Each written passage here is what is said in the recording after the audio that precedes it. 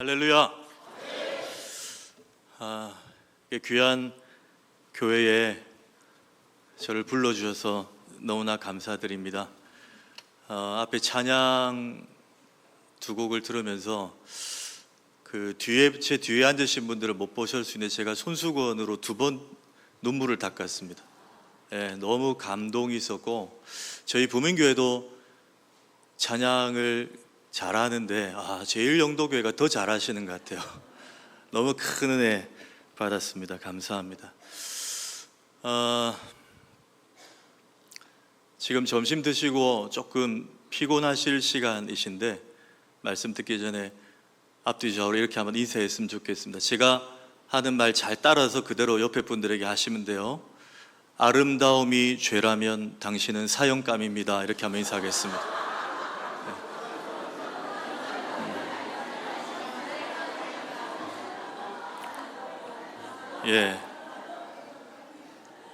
예상보다 폭발적인 반응 감사합니다. 하나 더 하겠습니다. 이것도 옆에 분들 보시고 가셔야 돼요. 성도님 얼굴에 풀이 묻었네요. 뷰티풀. 이렇게 한번 인사하겠습니다.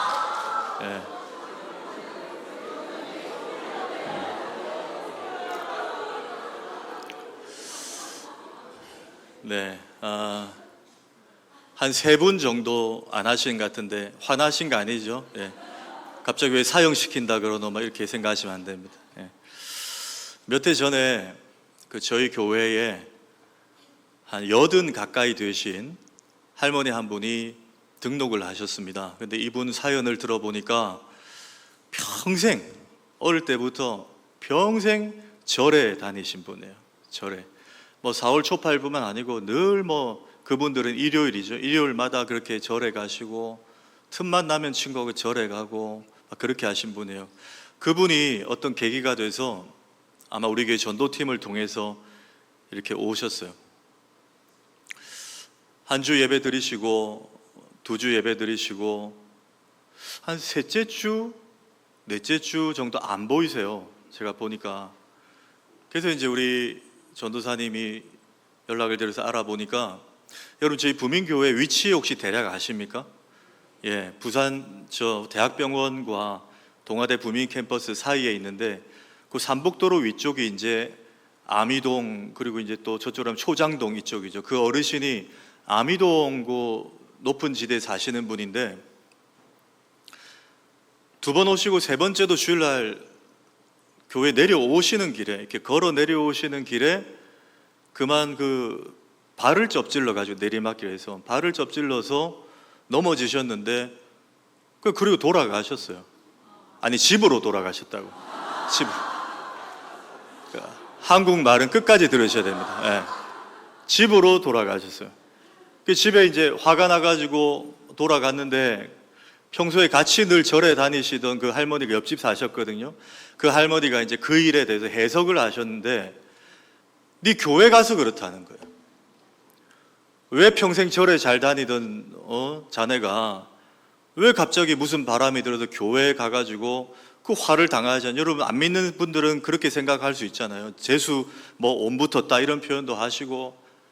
그래서 그 친구분 말에 이게 이제 또 설득이 돼서 우리 전도사님이 전화하고 찾아가고 했는데도 이제 다시는 교회 안 가겠다는 거예요. 그 일을 당했다는 거예요. 여러분, 그런데 우리가 이제 이런 일들을 여기 우리 제1영도교회 성도님들 신앙 수준이면 우리는 그렇게 해석하지 않죠. 그런데 여러분, 교회를 그냥 출입하는 수준의 분들이 있다면, 저희 교회도 아직 어린 분들이 있죠, 신앙적으로. 그런 분들은 그런 일들을 만나면 그렇게 해석을 합니다.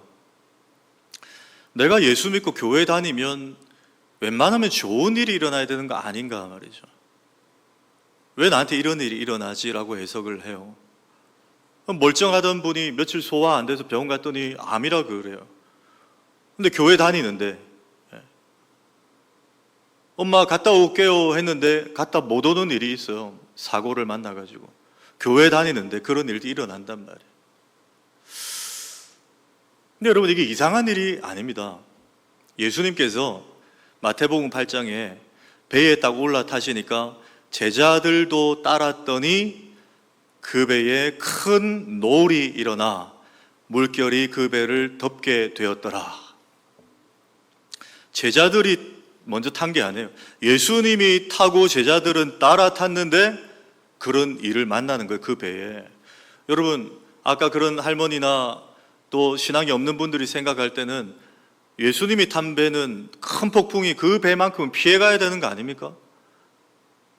여러분, 현관문에 제1영도교회 교회 붙어 있잖아요. 교회 붙어 있으면 코로나도 피해가고 어떤 재앙도 피해가야 되는 거 아니에요? 그게 예수 믿는 사람이 누리는 특권 정도 돼야 되지 않습니까? 그래야 전도도 되고 그래야 선교가 좀 되지 않겠어요? 그렇게 생각하는 분들이 있다고. 근데 그렇지 않습니다. 오늘 본문을 보면 그래요. 여러분, 지금 아브라함이 처음 하나님께 이제 부르심을 받은 장면이죠. 그런데 아브라함 자기가 간다고 했습니까? 아니에요. 하나님께서 부르셔서 넌 너의 고향과 친척과 아버지 집을 떠나 내가 너에게 보여줄 땅으로 가라. 그러고 이제 출발했는데 그곳이 이제 아까 우리가 읽지 않았지만 앞에 보면 5절에 가나안 땅이거든요. 마침내 가나안에 들어갔더라. 거기 이제 짐 풀고 좀 살려고 하는데 오늘 본문 10절에 보니까 그 땅에 기근이 들었어요. 아브라함이 기근이 든데 어떻게 해요? 애굽으로 옮겨버립니다. 아브라함 입장에서 굉장히 당황스럽고 이게 뭐냐 싶은 상황이 지금 일어난 거예요. 그런데 오늘 이 상황을 보면서 우리가 하나 생각해야 될 것이 있습니다. 예수 믿고 직분 받고 찬양대로 교사로 여러 직분으로 섬길 때 좋은 일만 일어나지 않아요. 고통스러운 시간들이 어쩌면 더 많습니다. 아마 교회 오래 다니고 직분이 중하여질수록 그런 경험들 더 많이 할 수 있어요. 갈등, 관계. 근데 하나님 오늘 아브라함의 상황을 통해서 우리에게 적용하시는데 딱 한 가지 말씀드립니다. 그래도 그 자리에 있어야 한다는 거예요. 한번 따라 합시다. 그래도 그 자리에 있어야 한다. 이게 오늘 제가 잠시 나눌 말씀의 핵심입니다. 그래도 그 자리에 있어야 한다. 여러분, 지금 아브라함이 하나 놓친 것이 무엇이냐는 거예요. 아브라함에게 그 땅으로 가라고 하신 분이 누구냐는 겁니다. 여러분, 우리 읽지 않았지만 창세기 12장 1절 한번 볼까요? 1절, 자막이 나오는 한번 읽겠습니다. 시작. 여호와께서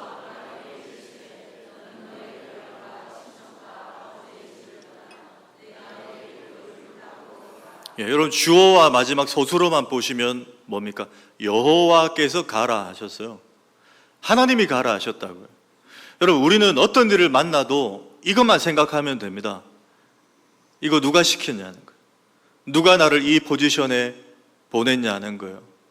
근데 여러분, 여기서 조금 더 나아가서 아브라함 보고 그 땅에 가라고 하신 그 여호와 하나님은 누구냐는 겁니다. 이것만 아시면 돼요.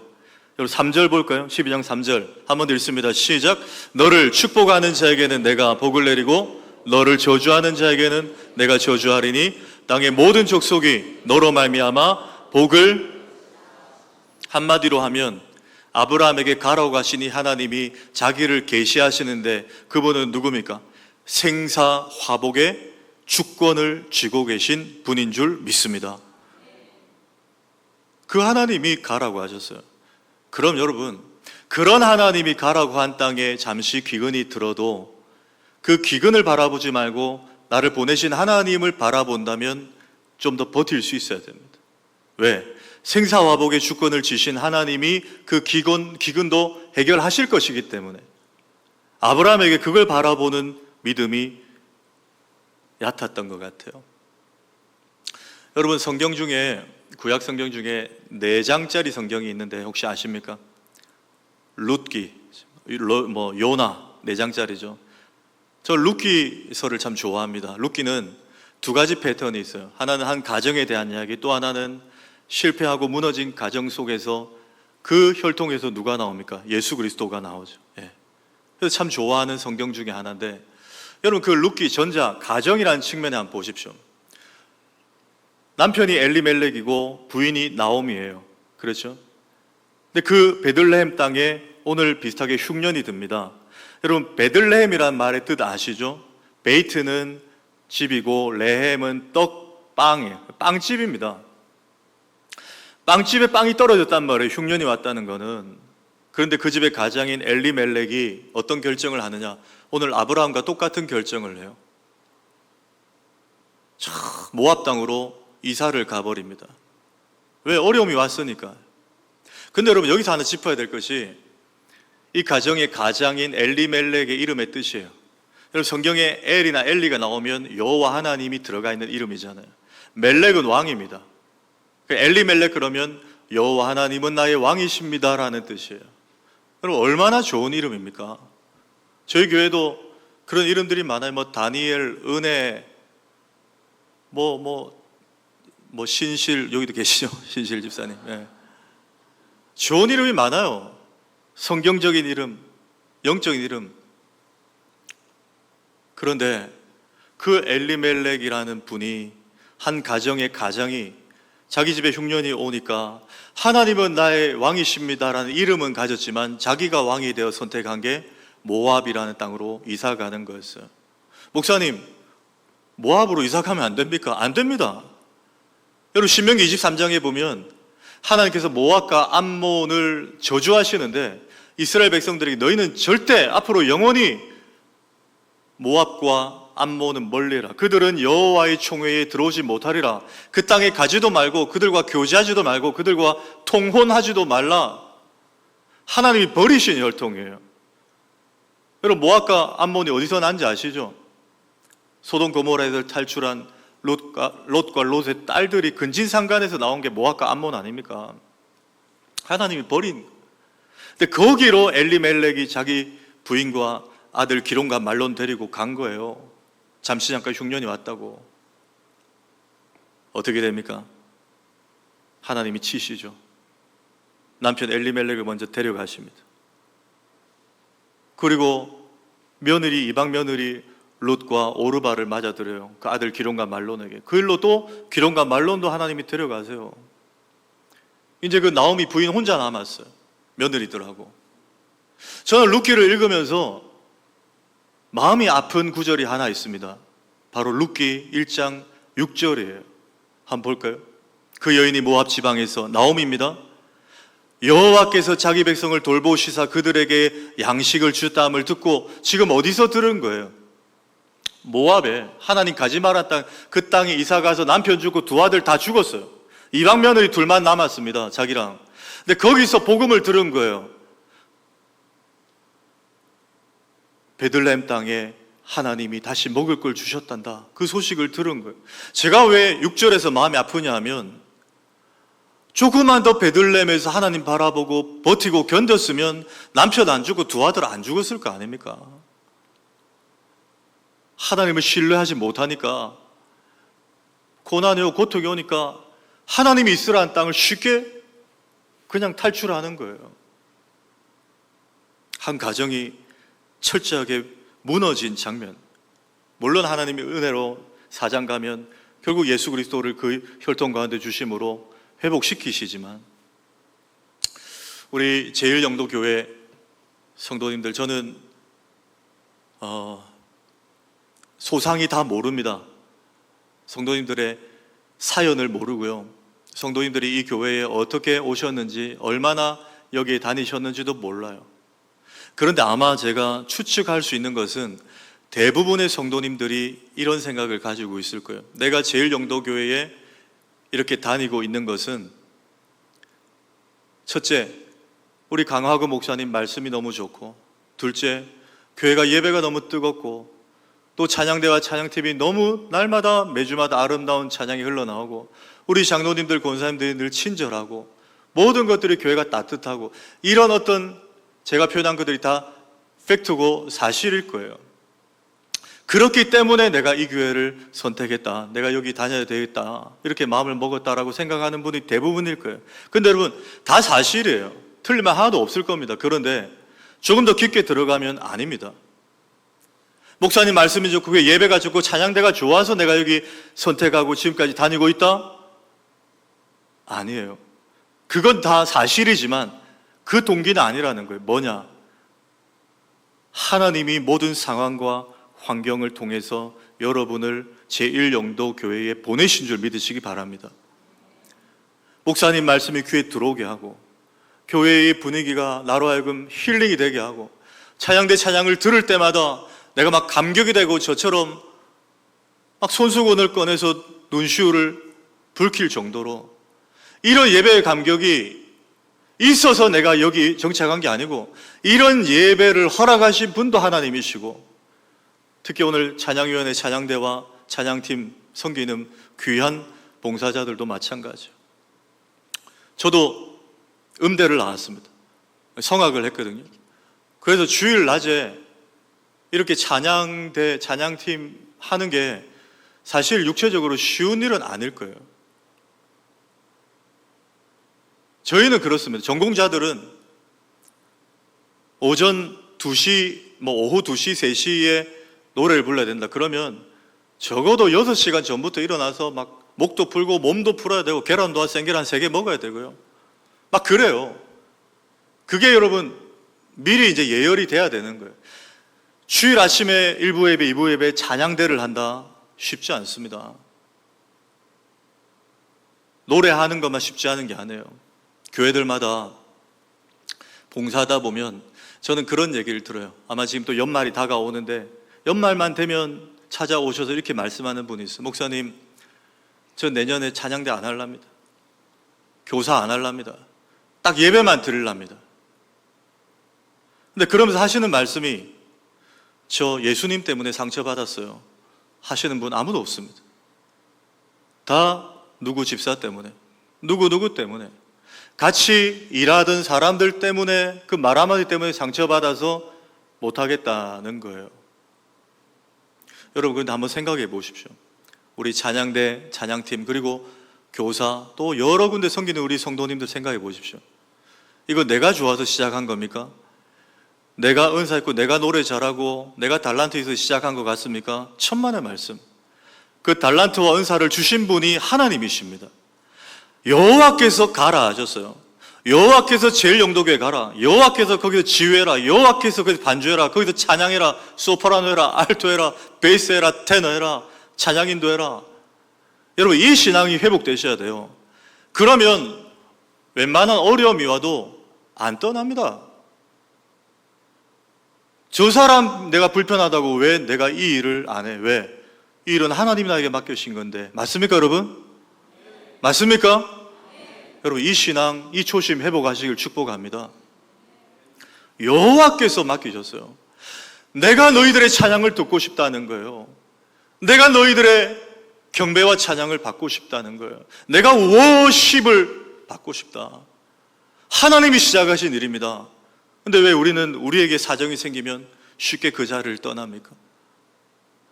떠나서 하나님 당신의 뜻이 무엇입니까? 이미 하나님 뜻을 떠나놓고 뜻을 물어요. 우리는 한번 따라 합시다. 그래도 그 자리에 버텨야 됩니다. 그게 여러분 하나님 뜻이에요. 버티면 하나님이 해결하십니다. 하나님이 은혜 주세요. 감당할 힘을 주십니다. 한 선교사님이 계세요. 이 선교사님은 여러분 카자흐스탄이라는 나라를 아십니까? 들어보셨죠? 카자흐스탄. 카자흐스탄에 하나님께서 평신도 선교사로 이제 전문인 선교사로 좀 가라고 하는 어떤 콜링 부르심을 주신 것 같아요. 그래서 이제 준비를 했습니다. 훈련도 받고 6개월, 1년 다 준비해서 이제 D-Day가 됐습니다. 떠나야 돼요. 공항에 갔습니다. 여러분, 공항 가면 몇 시 비행기라고 해서 막 10분 전에 가면 바로 탈 수 있는 게 아니죠. 적어도 2-3시간 전에 가서, 특히 해외는 수화물 짐도 붙이고 보딩 타임까지 기다리는 시간이 꽤 있습니다. 짐을 붙이고 어린 딸들 챙겨서 대합실에 이렇게 앉아 있었어요. 그런데 그동안 6개월, 1년 동안 선교 훈련을 받는데 한 번도 들지 않았던 감정이 자기를 찾아와 너무 힘들게 하는 거예요. 불안함이 드는 거예요. 내가 그 땅에 지금 가는 게 맞나? 아니, 훈련 받아놓고 가겠다고 기도해놓고, 그래 나는 거기 가서 조금 어려움 당해도 되는데 이 어린 애들이, 우리 애들이 적응하지 못하면 어떡하지? 그 이방 땅에 그 무슬림 땅에 우리 애들이 뭔가 일을 당하면 어떡하지? 막 이런 두려움이 생기고, 내가 뭐 목사도 아닌데 내가 괜히 이렇게 나섰나? 막 이런 마음이 생기는 거예요. 후회도 되고. 근데 이게 여러분 마치 공황장애처럼 그분을 막 장악하고 압도하기 시작하는데요. 막 눈물이 나는 거예요. 막 불안해가지고. 어린 딸들이 이제 보면 안 되니까 선글라스를 끼고 눈물을 막 훔치고 막 이렇게. 근데 여러분, 하나님의 자녀의 특권 중에 하나가 그런 일을 만났을 때 우리가 할 수 있는 게 있죠. 뭡니까 여러분? 기도죠. 기도예요. 공항 대합실에서 아무도 위로해 줄 리가 없고 그분이 기도를 한다. 하나님 어떻게 해야 됩니까? 내 마음을 좀 다스려 주십시오. 근데 하나님께서 그분 마음에 개입하셔서 컨트롤 하시는데요. 하나님이 이런 마음을 주시는 것 같더래요. 딸아, 네가 카자흐스탄 간다고 했냐? 내가 가라고 했냐? 내가 가라고 하지 않았냐? 근데 왜 네가 걱정하냐? 맞거든요, 여러분. 내가 가라고 했는데 왜 네가 걱정하냐는 거예요. 내가 너 책임 안 지겠냐? 내가 너 보내놓고 팔짱 끼고 구경하겠냐? 하나님이 위로하시기 시작하는데요. 이분이 막 쏟아지는 마음의 생각들과 하나님 주시는 마음 같아가지고 그 대합실에서 메모지와 펜을 꺼내서 이렇게 막 적기 시작했어요. 그 마음들을. 여러분, 그렇게 나온 가사를 또 곡을 붙여서 만든 게 예전에 박종호 장로님이 불러서 유명해진 조은하 선교사의 하나님의 은혜라는 찬양이에요. 여러분 혹시 아십니까? 혹시 가사가 있나요? 하나님의 은혜. 나를 지으신 이가 하나님, 나를 부르신 이가 하나님, 나를 보내신 이도 하나님, 나의 나 된 것은 다 하나님 은혜라. 같이 할까요? 나의 달려갈 길 다가도록, 나의 마지막 호흡 다하도록, 나로 그 십자가 품게 하시니, 나의 나 된 것은 다 하나님 은혜라. 한량 없는 은혜, 갚을 길 없는 은혜, 내 삶을 내워 사는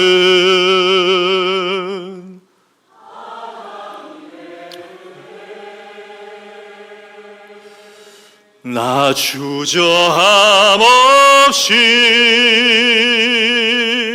그 땅을 밟음도 나를 붙드시는 하나님의 은혜. 아멘. 그 두려움과 불안감이 에워싸서 선글라스 끼고 애들 볼까봐 울었는데 하나님이 개입하시니까 한량 없는 은혜, 갚을 길 없는 내 삶을 애워싸는 하나님의 은혜가 나를 품으니까 모든 부정적인 생각, 우울감, 불신, 두려움, 불안감 다 사라지고 언제 그랬냐는 듯이 하나님 감당하게 하시는. 여러분 삶에 이런 놀라운 은혜들이 날마다 간증이 되기를 축복합니다. 네. 하나님이 부르시면 하나님 책임지시는 거예요. 근데 여러분 끝으로 오늘 본문을 보니까 제가 하나 이해가 안 되는 부분이 있어요. 여러분 12절 한번 볼까요? 12절 한번 읽겠습니다. 시작. 애굽 사람이 그대를 볼 때에 이르기를 이는 그의 아내라 하여 나는 죽이고 그대는 살리리니 원하건대 그대는 나의 누이라 하라. 그러면 내가 그대로 말미암아 안전하고 내 목숨이 그대로 말미암아 보존되리라 하니라. 지금 남편 아브라함이 아내 사라에게 우리 속임수 쓰자는 거예요. 당신 나보고 여보, 남편, 자기야, 오빠 이렇게 하지 마. 아니, 오빠는 해도 되죠. 오빠를 하자 그랬으니까. 속임수 쓰는 거예요. 왜? 근데 좀 이유가 그렇습니다. 당신만 바로가 살리고 당신 이쁘니까 나는 죽일 거야. 우리 제일영도교회 남편 되신 분들은 안 이러시겠지만, 여러분 좀 그렇죠. 아브라함의 모습이 굉장히 그렇습니다. 근데 참 아내 사례가 귀했던 것 같아요. 여러 남편이 만약에 이렇게 한다, 내가 이런 인간을 믿고 살았나, 이런 마음이 들 수 있잖아요. 좀 당당하게 걱정하지 마 여보, 내가 책임질게. 바로건 옆으로건 내가 책임질게. 이런 마음 들게 해야 되는데 아브라함은 그러질 못했어요. 제가 상상을 해봤습니다. 만약에 사라가 남편의 이 모습을 긍휼히 여기고 받아주지 않았다면, 당신이 왜 이래요? 당신 내 남편 맞아요? 이거 문제 제기를 했다면 오늘 12절과 13절 사이에 아마 이런 내용이 들어갔을 거예요. 사라가 남편의 그 이야기를 듣고 너무 놀래 목에 사례가 걸려 집을 나갔더라. 그 다음날 돌아왔는데 손에 서류 봉투가 하나 들려있더라. 이혼 숙녀 캠프 신청서 이래가지고. 근데 사례가 참 이 모습은 훌륭했던 것 같아요. 남편의 연약함을 품었어요. 근데 여러분, 아까 12절에서 제가 이상하다고 한 것이 바로 이 부분이에요. 12절 말씀 다시 한번 볼까요? 애굽 사람이 그대를 볼 때에 이르기를 이는 그의 아내라여 나는 죽이고 그대는 살리리니 그랬습니다. 여러분, 살리리니 이것은 지금 이미 일어난 일입니까? 일어나지도 않은 일입니까? 일어나지 않은 일이에요. 아브라함이 지금 앞서 나가는 거예요. 걱정이 돼가지고 아마 이런 일이 일어날 거야 라는 거예요. 아브라함의 염려고 아브라함의 기우입니다. 이 역시 하나님을 신뢰하지 못한 거예요. 여러분, 우리가 20절까지 다 내용 알지만은 하나님이 아브라함을 버리십니까? 그러지 않습니다. 오히려 바로의 꿈에 나타나 바로를 책망하시고 아브라함에게 많은 재산을 부여해서 안전하게 돌아가게 하시는 분이 하나님, 자기 백성을 보호하시는 분이 하나님이세요. 근데 아브라함이 이 신뢰가 없으니까 바로가 당신만 살리고 나는 죽일 거야, 일어나지도 않은 일을 지금 땡겨와가지고 염려하고 있는 거예요. 여러분, 하나만 적용하고 마칩시다. 우리가 예수 믿어도 이럴 때가 있어요. 여러분, 대부분의 염려, 아마 여기 계신 대부분의 성도님들이 저보다 좀 인생을 더 많이 사신 분들이 다수신 것 같아요. 살아보시니까 어떠시던가요? 우리가 염려하고 고민하던 대로 정말 날마다 매 순간 다 최악이던가요? 그렇지 않은 순간들도 있잖아요. 오히려 내가 너무 염려했네, 너무 걱정했네, 시간 지나고 보니까 다 해결되던데, 이런 일들도 많잖아요. 근데 우리는 이미 일어나지 않은 일을 가부를 합니다. 염려를 땡겨서 아브라함처럼 걱정해요. 여러분, 한번 따라 합시다. 내일은 나의 시간이 아닙니다. 여러분, 믿으십니까? 내일은 내 시간이 아니에요. 내일 하나님이 어떻게 역사하실지는 오늘 내가 하나님을 얼마나 신뢰하느냐에 달려있는 줄 믿으시기 바랍니다. 하나님 그걸 보시기 원하시는 거예요. 여러분, 모세가 죽고 여호수아가 이스라엘 백성들 데리고 마지막 이제 광야길을 가서 저기 강 하나 건너면 가나안이 보여요. 젖과 꿀이 흐르는 땅입니다. 그 강이 뭐죠? 요단강이었어요. 근데 요단강 앞에 딱 서니까 요단강이 곡식 거두는 시기라서 막 물이 위험하게 범람합니다. 지금 데리고 온 사람 몇 명이? 200만 명입니다. 남녀노소, 애들부터 어른까지 이스라엘 백성들이 200만 명이 물이 범람하는데 다 건널 수 있습니까? 못 건너요. 여호수아와 장로들이 3일간 그 앞에서 기도하면서 기다립니다. 3일 후에 하나님이 지침을 주세요. 답을 주세요. 뭐라고 하시느냐? 여호수아 3장 5절, 너희는 자신을 성결하게 하라. 여호와께서 내일 너희 가운데 기이한 일들을 행하시리라 그랬어요. 요단강을 건너는데 하나님께서 여호수아에게 지침 주신 게 너희는 자신을 성결하게 해. 그러면 여호와께서 내일 너희 가운데 기이한 일을 행하실, 요단을 기적처럼 건너게 하실 거라는 거예요. 근데 여러분, 저는 저 내일이라는 단어를 주목합니다. 저 말은 너희는 자신을 성결하게 하라는, 언제 성결하게 하라는 거예요? 오늘이에요. 여러분, 오늘을 넣어서 한번 볼까요? 너희는 오늘 자신을 성결하게 하라. 여호와께서 내일 너희 가운데 기이한 일을 행하시리라, 그 말이에요. 우리가 신경 써야 될 것은 일어나지도 않은 내일이 아니에요. 오늘 내가 하나님을 얼마나 신뢰하느냐에 달렸다는 거예요. 하나님이 부르신 그 자리에서 누가 뭐라 해도 하나님이 날 찬양대 시켰는데 나는 충성하겠다. 나는 안 듣겠다. 하나님이 가라고 하신 곳만 가겠다. 기도하고 결정하겠다. 주의 종 목사님 말씀 통해 주시는 은혜에 내가 따라가겠다.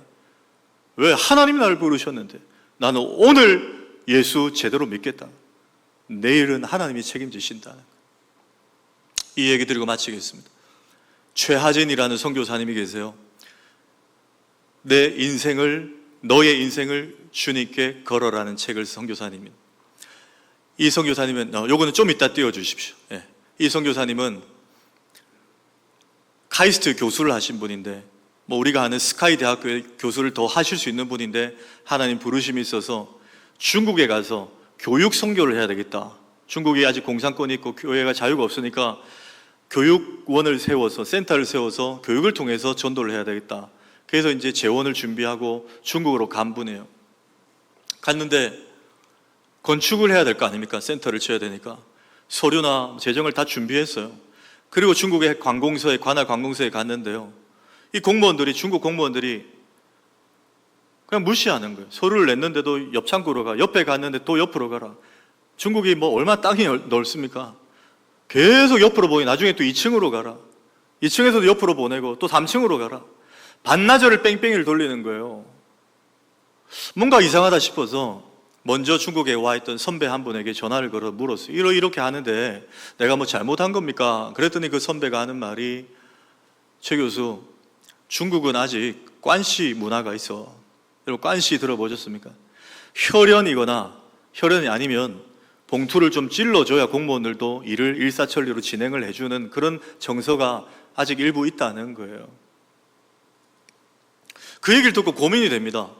내가 지금 하나님의 영광을 위해서 선교하러 왔는데 그렇게 돈 봉투를 줘가지고 하는 게 맞냐라는 생각과, 또 한편으로는 그래도 이 나라 정서와 문화가 그런데 그렇게라도 해서 건물을 지어서 내가 선교해야 될 거 아니냐 생각, 두 개가 부딪히는 거예요. 하루 온종일 집에 돌아와서 생각하고 고민합니다. 결론을 냈어요. 그 다음날 새벽기도 딱 하고 또 관공서로 갑니다. 어제하고 똑같이 했어요. 서류를 내니까 절로 가라, 절로 가니까 글로 가라, 글로 가니까 위로 가라. 계속 돌았어요. 그 다음 날도 새벽기도 하고 또 갔습니다.